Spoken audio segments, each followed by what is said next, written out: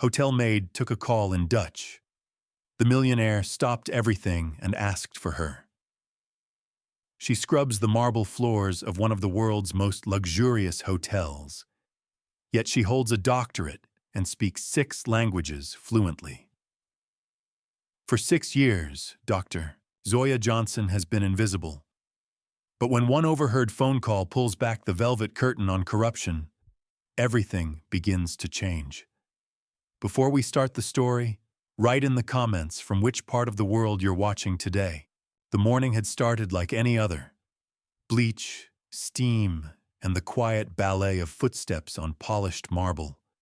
Zoya Johnson was in Suite 508, expertly folding the corners of a duvet she'd touched over 1,000 times. No one knew she could quote Chaucer in Middle English. No one cared that she could argue phonological theory in Swahili. She had been at the Grand Plaza for 6 years. Not once had she worn anything but the black and gray uniform, name tag pinned where her degrees should have been. Her gloves covered hands that had once signed papers in lecture halls across Europe. No one saw her. Until that Tuesday. Zoya's phone buzzed in the inner pocket of her tunic, muffled but insistent. She slipped it out quickly. They weren't allowed personal calls on shift. But the name flashing on the screen froze her. She looked around. Empty hallway. She answered. A brisk voice spoke Dutch, fast and excited. Dr. Johnson, gefeliciteerd. Uw artikel is geselecteerd voor de conferentie.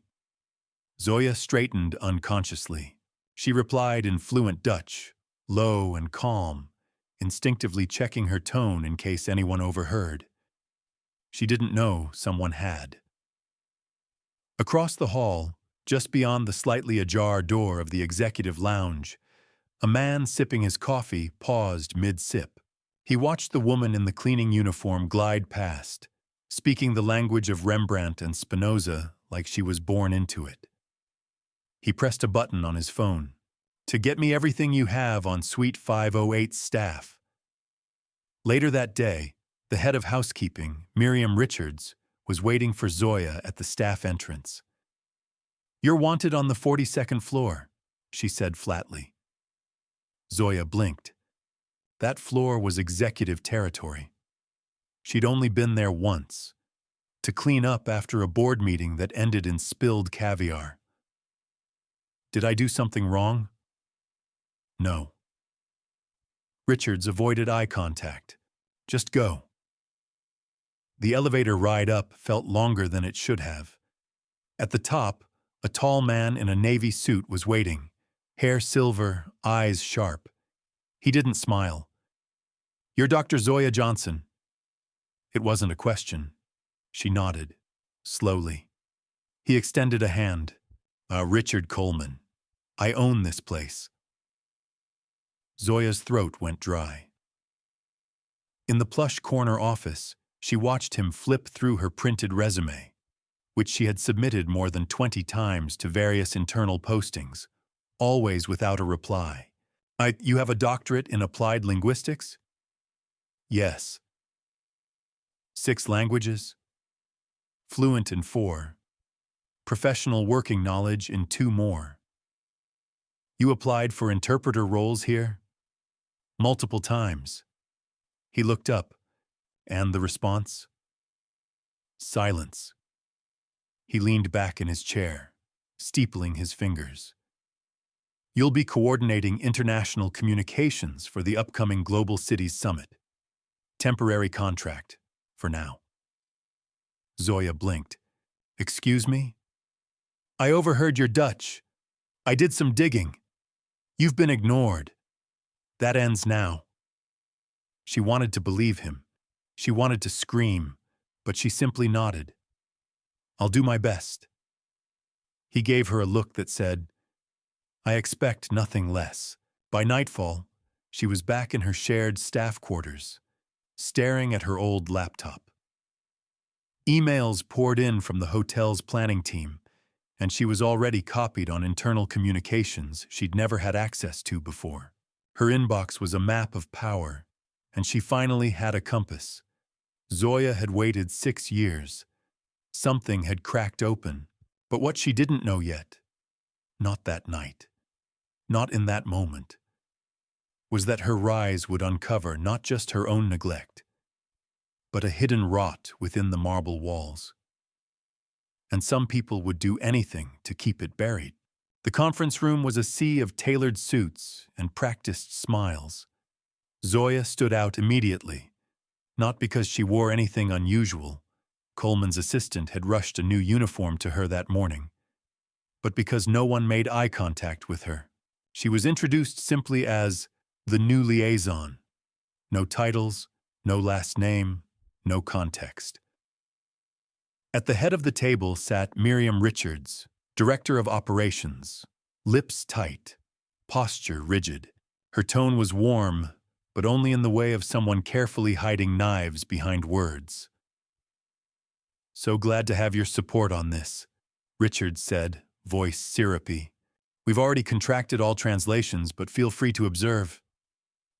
Zoya nodded, taking a seat at the end of the table, unnoticed by most. The discussion rolled on. Budgets, guest arrivals, dignitaries, simultaneous translation logistics. She listened, jotting notes, frowning only once, when Mandarin was discussed. A woman named Tessa Whitmore, blonde, young, chirped confidently. "We're using my niece's firm again. She did the French and Mandarin last year." "Your niece speaks Mandarin?" Zoya asked, tone deliberately neutral. Tessa waved a hand. "She's studying it. Been in Beijing for like a semester." Zoya paused. "May I see the drafts?" Tessa blinked. "Well, it's all finalized, so—" Zoya smiled professionally. "Just for internal consistency. Language calibration." Coleman, seated quietly behind a stack of documents, looked up. "Let her see them." Tessa gave a short nod. "Sure, I'll send them." It was the first small tear in a tightly woven curtain. Later, Zoya rode the elevator down. Same panel, same mirrored walls. But this time, her badge gave her access to floors she'd never even seen. She stopped on level 16, Executive Services. There, a cramped office had been hastily cleared. A desk, a monitor, and a single lamp. Her name was taped to the door in thick black marker. Zoya Johnson, liaison, no doctor, no title. But still, progress. She sat down, logged into the hotel's internal network, and found the translation files in her inbox. She clicked on the Mandarin keynote speech. By paragraph 2, her stomach twisted. Sentence structure was mangled. Idioms were used incorrectly. Cut the ribbon translated as slice the cord. And one line intended to reference bridging cultures had been translated into something closer to tying together bones. It wasn't just inaccurate. It was dangerous. She opened the French translation. The same. Awkward syntax. Literal translations. No localization. Whoever had done this was not a professional. Probably not even fluent. Zoya took a breath. She knew what this meant. Not just incompetence, but nepotism. She checked the metadata. The files came from an account tied to W. Whitmore intern, Tessa Whitmore's niece, and all of it was approved by Richards. Zoya closed the files, heart pounding. What would happen if she spoke up? She already knew. They'd tell her to stay in her lane. They'd call her difficult. They'd say, it's not that big of a deal. But the idea of foreign ministers receiving gibberish made her skin crawl. Not under her name. Not while she had a say.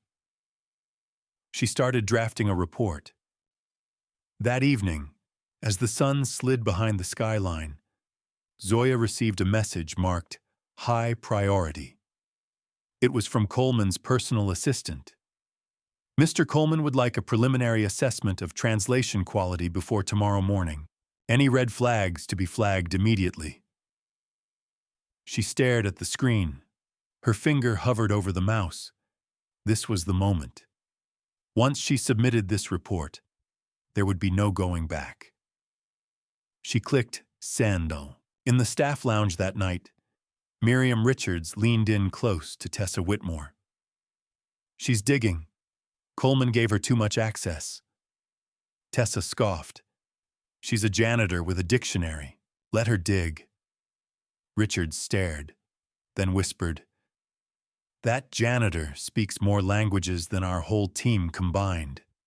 If she keeps going, we're both exposed." Tessa's smile faded.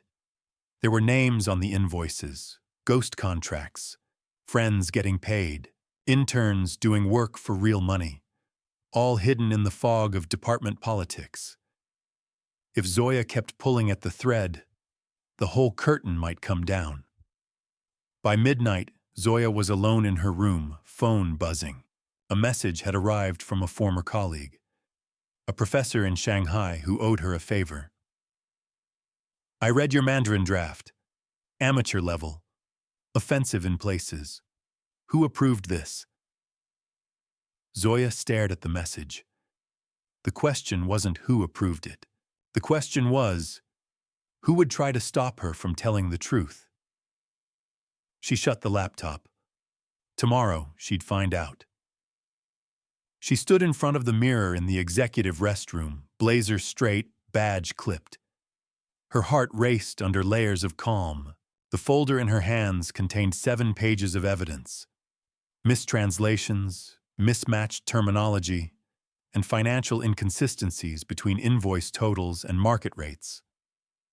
Zoya didn't print documents unless absolutely necessary, but some things needed to exist on paper. Uneditable, undeniable. At exactly 10, she walked into Coleman's private meeting room. He looked up from his tablet. "You're early." "I have something," she said simply. She placed the folder in front of him. Coleman opened it, flipping through without a word. By page 3, he frowned. By page 5, he looked at her. "These are serious claims. They're facts." He closed the folder. "Leave this with me." Zoya nodded. She turned to go, but stopped. "One more thing," she added. "The Chinese delegation arrives in 48 hours. If they receive those documents as is, they'll think we don't respect them, or that we're mocking them. That won't happen." For the first time since she met him, Coleman looked tired. "I'll handle this," he said. You keep working." Zoya left, unsure what that meant. An hour later, chaos began to ripple beneath the surface. Private calls, doors closed, staff whispering in hallways. By lunchtime, Tessa Whitmore had vanished from her desk, her nameplate removed. Someone said she'd been reassigned. Others said she was on urgent leave. No one spoke directly. Zoya passed Richards in the hall. Their eyes met briefly. It wasn't anger in the older woman's face. It was calculation. That night, Zoya received an anonymous email. No signature, no greeting. "You've made enemies. Be careful where you walk." She read it 3 times, then deleted it. She wasn't backing down now. Instead, she pulled up the HR directory. She had a plan. The next morning, Zoya took the service elevator to a sub-level where documents were archived. With her new access, she found what she was looking for: old job postings for translation roles, the ones she had applied for. She cross-referenced who was hired in her place. Not a single person had advanced credentials. 2 had no formal language training at all. And 1, the French translator, was the cousin of a purchasing manager. Zoya sat back. This wasn't neglect. It was a pattern. In the days that followed, the conference preparations spun forward like a machine that didn't know it had a crack in its gears. Zoya worked 18-hour days, quietly redoing translation packets herself. She didn't tell anyone. There wasn't time. She slept for 3 hours a night, surviving on coffee, adrenaline, and a slow-burning sense of justice. Then, on the morning of the opening session, Richard Coleman walked onto the main stage and stood beside her.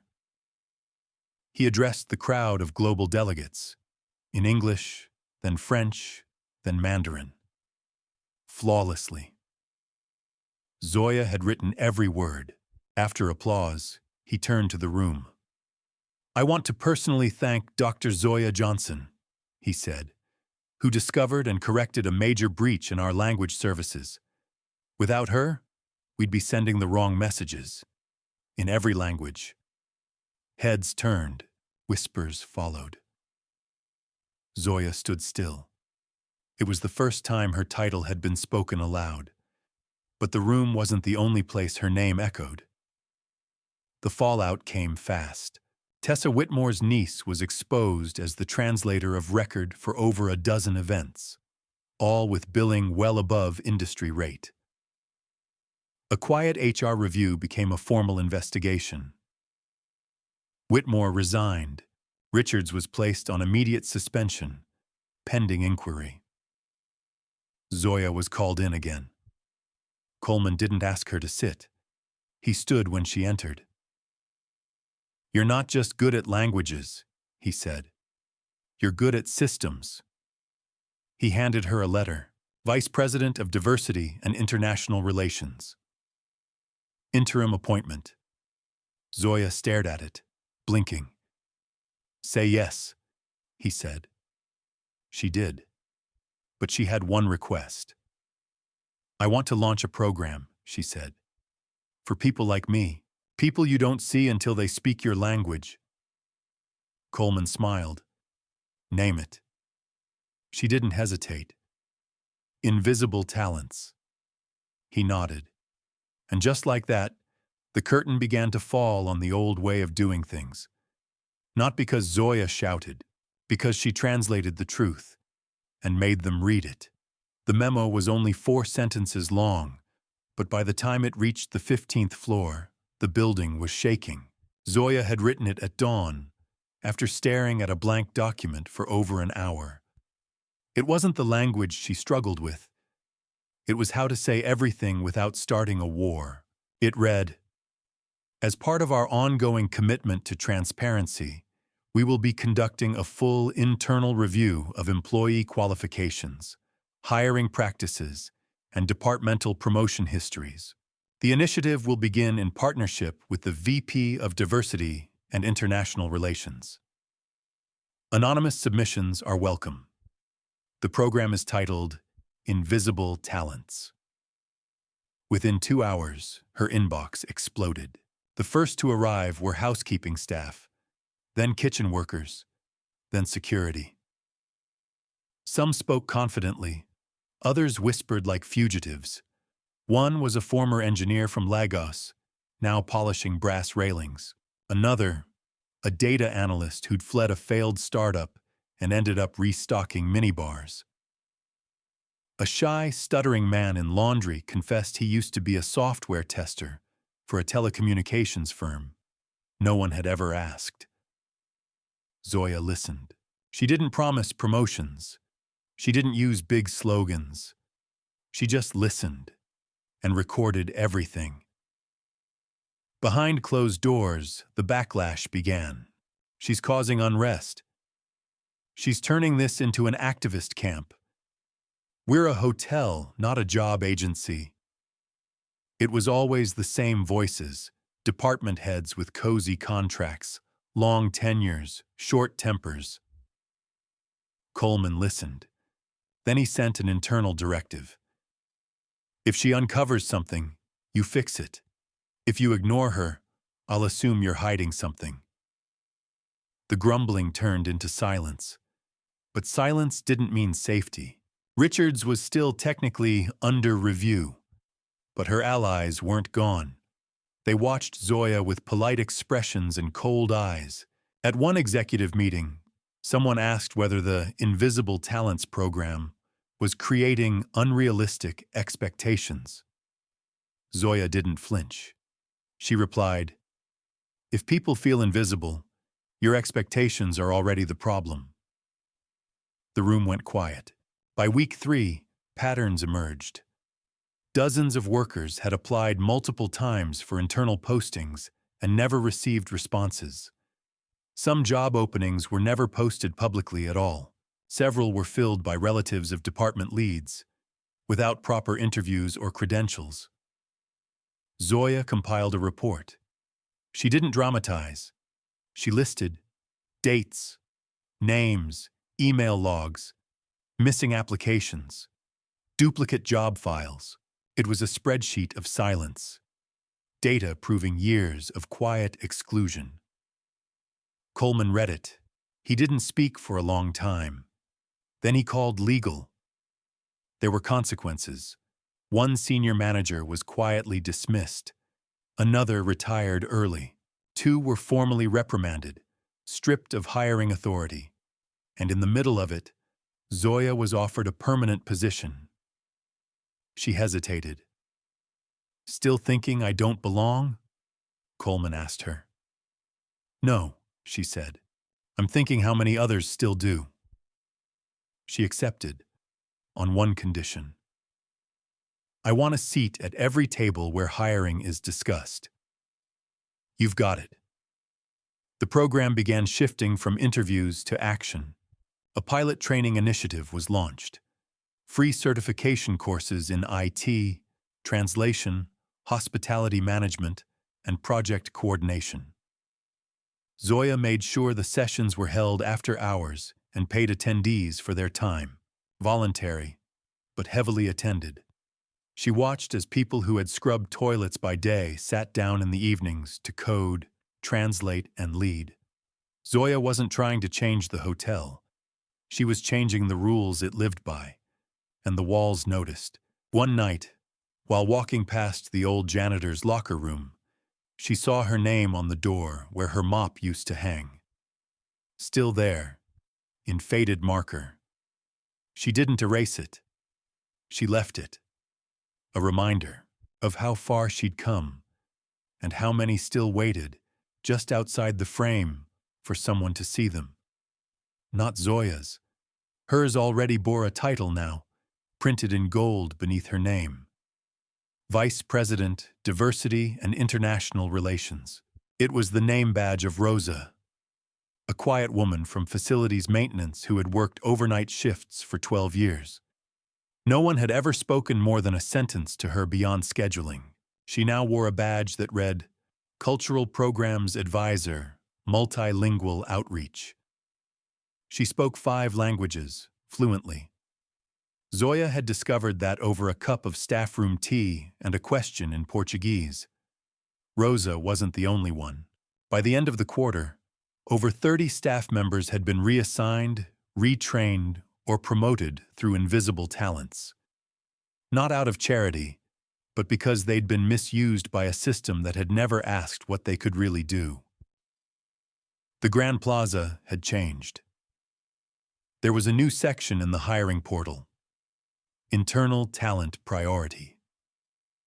Job applications now required blind evaluations, names and photos hidden during the first round. Hiring managers had to justify internal rejections with written documentation. Training budgets were restructured. Review panels now included cross-department representatives. The message was clear: look deeper or step aside. Zoya didn't expect gratitude, but it came in unexpected places. A kitchen porter named Samuel brought her a wrapped book on linguistics, dog-eared and worn. He said he'd bought it at a thrift store when he learned she had a doctorate. A member of the concierge team stopped her in the hallway, thanked her for making the ground less tilted. Even the CEO of the rival hotel across the street requested a meeting. Whatever you're doing here," he said, "you've turned this building into a magnet. Your people are sharper, happier. They speak like they matter. They do, Zoya said. They always did. The press came next. A small feature in a city business journal. Then a podcast interview. Then a national headline. The doctor who cleaned floors and rewrote corporate hiring. Zoya never corrected the headline, though she quietly hated the drama of it. She hadn't rewritten anything. She'd uncovered what was already broken. But she did accept the invitation to speak, once, at a university. She stood at the podium in front of 300 students and said, "I want to be very clear, no one gave me a chance. I took it.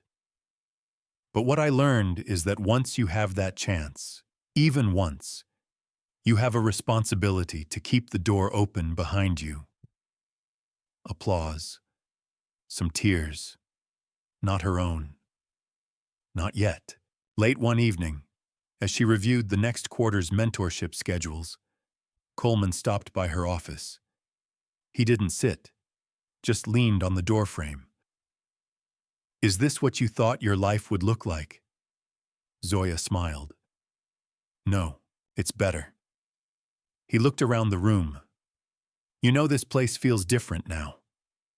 "It is." "You did that." She paused. "No, we let it happen." He gave a nod, the rare kind of nod that didn't need words. Then he left her to her work. Somewhere deep in the hotel, a woman was fixing a wiring fault. She used to be an electrical engineer in Ukraine. A man was updating the hotel app code. He used to deliver linens. A night porter was organizing an event for multilingual guests, his own idea. None of them had new uniforms, just new names, new roles, new eyes watching them, finally seeing. And at the center of it all, Zoya Johnson sat at her desk, not with a mop, not with a resume, but with a roster of names. Names that no longer hid in shadows. Names that meant something now. And the silence that once surrounded her? Gone, replaced by voices, in many languages, saying, at last, "We are here."